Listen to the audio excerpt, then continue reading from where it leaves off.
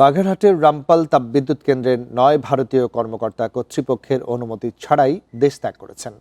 পূর্ব অনুমতি ছাড়া এভাবে চলে যাওয়ার ঘটনায় গভীর উদ্বেগ প্রকাশ করেছে প্ল্যান্ট কর্তৃপক্ষ।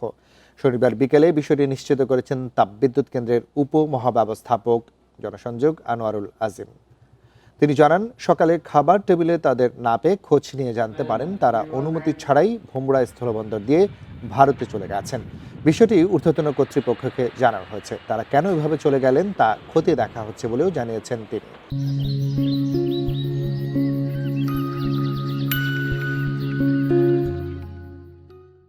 বিদ্যুৎ প্ল্যান্ট এলাকায় সেনাবাহিনী, পুলিশ ও আনসার সহ 4 স্তরের কঠোর নিরাপত্তা ব্যবস্থা থাকা সত্ত্বেও এভাবে চলে যাওয়ার বিষয়টি রহস্যজনক। চলে যাওয়ার আগে তারা কখনোই নিরাপত্তার বিষয়ে কোনো অভিযোগ বা উদ্বেগের কথা কর্তৃপক্ষকে জানায়নি। হুট করে দেশ ত্যাগ করায় কর্তৃপক্ষ বিস্মিত।